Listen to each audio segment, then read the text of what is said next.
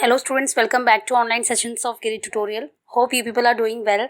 In the last session of SP, we have discussed about features and types of debenture, and we are discussing borrowed capital. And in today's session, we are going to discuss about acceptance of deposit. Public deposit is an important source of financing short-term requirement of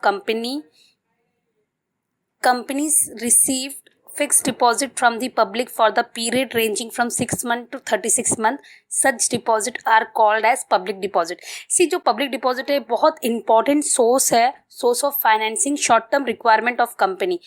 company receive fix deposit from public. Company को fix deposit कहाँ से मिलता है? From public for the period ranging from 6 months to 36 months. Such deposits are called as public deposit. Under this method, general public is invited to deposit their saving with the company for varied period. See, ये method में general public है, जो general public को invite किया जाता है to deposit their saving with the company for varied period. Means for different period, variation, like for different period. Interest is paid by the company on such deposit. ऐसे deposit पे interest पे होता है, paid by company. The company is issued deposit received to depositor. The term of deposit are mentioned in the deposit receipt. Deposit receipt is an acknowledgement of debt loan by the company. Deposits are either secured or unsecured loan offered to the company. सी ये method में general public को invitation दिया जाता है to deposit their saving with the company for certain period. अभी ये deposit का जो पीरियड है it range from 6 months to 36 months. The company issued deposit receive to depositor. अभी अगर जो पब्लिक जो इसमें जो डिपॉजिटर जो इसमें जब फंड्स डिपॉजिट करेंगे तो कंपनी उनको डिपॉजिट रिसीव पे इशू करेगी. The term deposit are mention on deposit received. ये डिपॉजिट कितने टाइम पीरियड के लिए है? It is mention on deposit received. Deposit receive जो है वो एक तरह का एक्नॉलेजमेंट है, acknowledgement of debt loan by the company. Deposits are either secure और unsecured loan offered by the company. ये डिपॉजिट रिसीव एक तरह का एक्नॉलेजमेंट है, acknowledgement of debt loan by the company. See deposit receive जो है वो एक तरह का प्रूफ है दैट कंपनी को आपने लोन दिया है. डिपॉजिट आर इधर सिक्योर. डिपॉजिट जो है या तो सिक्योर होता है या तो अनसिक्योर लोन होता है offered to the company. Now next is meaning. As per Section 231 of Companies Act 2013, deposit includes any receipt of money by way of deposit or loan or in any other form by the company, but does not include such category of amount as may be prescribed in consideration with the Reserve Bank of India. See, as per Section 231 of Companies Act 2013, deposit जो है it includes any receipt of money by way of deposit or loan in any other form by a company, but does not include category which is prescribed in consultation with the RBI of India. Now, the above expression has been further elaborated by Rule 21C of Companies Acceptance of Deposit Rules 2014. This rule provides that deposit means any receipt of money in form of deposit or loan by a company. However, deposit does not include following. See, the above expression has been further elaborated. जो अपनी meaning जो देखी है section as per section 231 उसको आगे elaborate किया है. इसके हिसाब से this rule provide the deposit means any receipt of money. Deposit कोई भी डिपॉजिट हो सकता है in form any receipt of money जो कंपनी ने पैसा रिसीव किया है इन फॉर्म ऑफ डिपॉजिट और loan by company.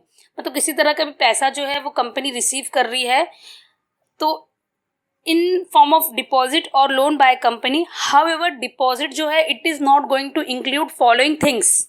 As per Section 231 of Companies Act 2013, deposit include any receipt of money by way of deposit or loan or in any other form by the company. Deposit as a loan या as deposit as a loan company किसी भी form में receive कर सकती है, but जो RBI ने जो एक कैटेगरी बताई है, उस कैटेगरी में जो चीज़ें हैं उसको as a deposit company accept नहीं करेगी. Now see, however deposit does not include following. पहला है any amount received from central government और state government. सी कोई भी पैसा अगर आपको सेंट्रल गवर्नमेंट या स्टेट गवर्नमेंट से मिलता है तो कंपनी उसे एज अ डिपॉजिट एक्सेप्ट नहीं करेगी.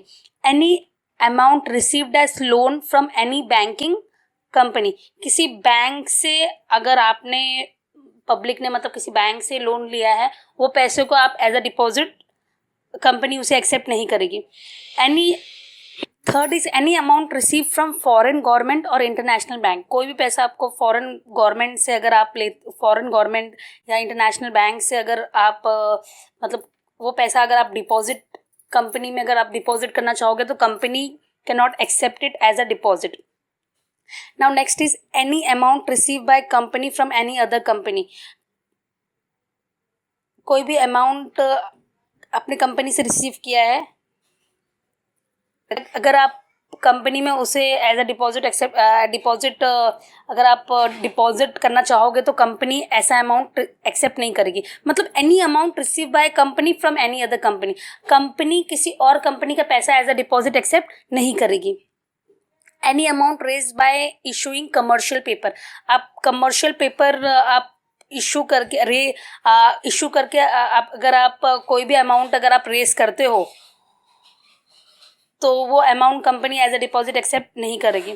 Any amount raise by issue of bond, bond के थ्रू जो अमाउंट रेज होता है आप कंपनी उसे भी एज अ डिपॉजिट एक्सेप्ट नहीं करेगी. मतलब ये सब चीज़ें डिपॉजिट में इंक्लूड नहीं होता है.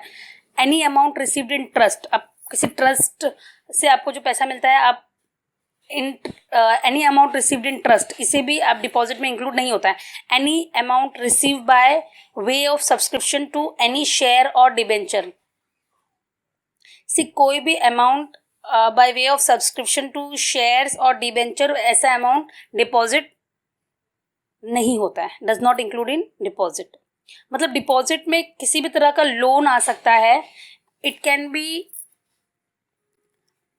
This rule provide that deposit means any receipt of money in form of deposit or loan. Deposit किसी भी तरह का मतलब कोई भी पैसा अगर कंपनी रिसीव कर रही है तो इन फॉर्म ऑफ डिपॉजिट हो सकता है और लोन भी हो सकता है bye company. However deposit does not include the following. और जो नीचे अभी जो मेंशन किया है वो सब डिपॉजिट नहीं होता. पैसा आपको सेंट्रल गवर्नमेंट या स्टेट गवर्नमेंट से मिला है तो वो डिपॉजिट नहीं है. अब पैसा आपने किसी बैंकिंग कंपनी से आपने एज ए लोन लिया है तो that is not deposit. Any amount receive from foreign government और इंटरनेशनल बैंक, वो डिपॉजिट नहीं है. Any amount receive by company from other company, वो भी डिपॉजिट नहीं है. Any amount raised bye issue of commercial paper, वो डिपॉजिट नहीं है. Any amount raised bye issue of bond issue करके जो आप अमाउंट रेज करते हो तो वो डिपॉजिट में इंक्लूड नहीं होता. Any amount received in trust, वो भी जो amount as a trust receive करते हो वो डिपॉजिट नहीं है. Any amount receive by way of subscription to shares और debenture, it does not include in deposit. The next topic is bond. Bond is a debt security. It is a formal contract to repay borrowed money with interest. Bond is a loan. The holder of bond is a lender to the institute. He is creditor of the company. He get fixed rate of interest. See, जो bond है ये भी एक debt security है, ये एक formal contract है. इस कॉन्ट्रैक्ट में मेंशन है कि आपने जो भी पैसे आपको मिले हैं आप विद इंटरेस्ट उसे रिपे करोगे. बॉन्ड एक तरह का लोन है और जो होल्डर है वो कंपनी का लेंडर है. And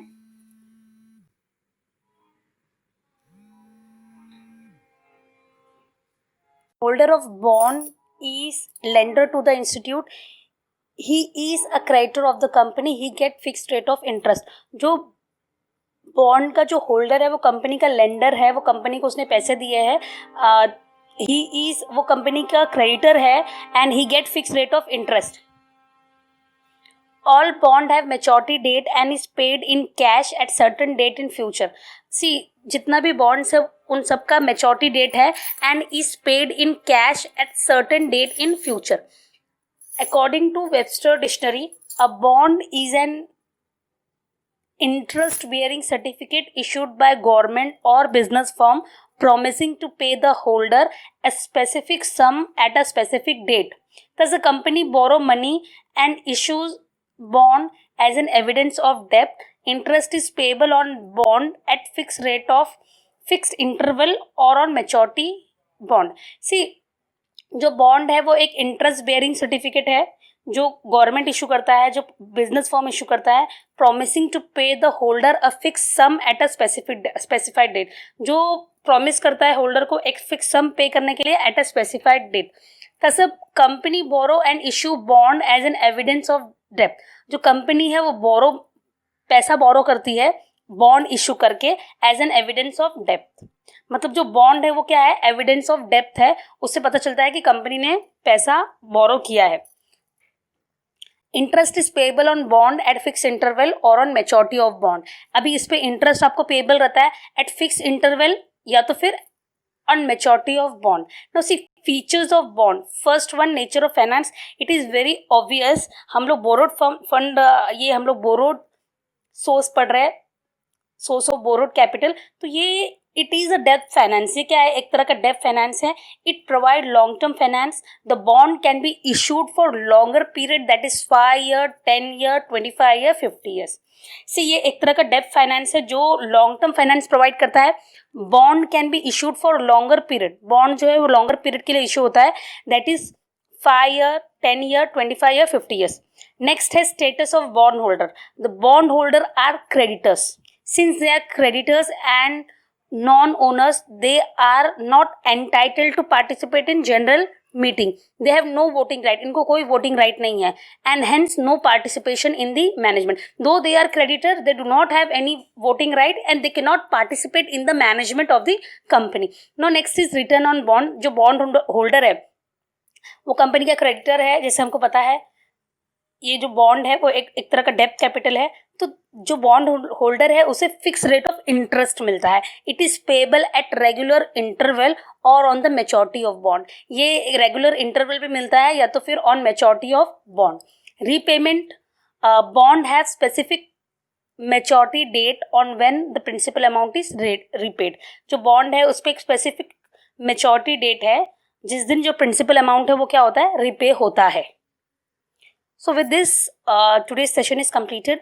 I would like to end the session. Thank you so much.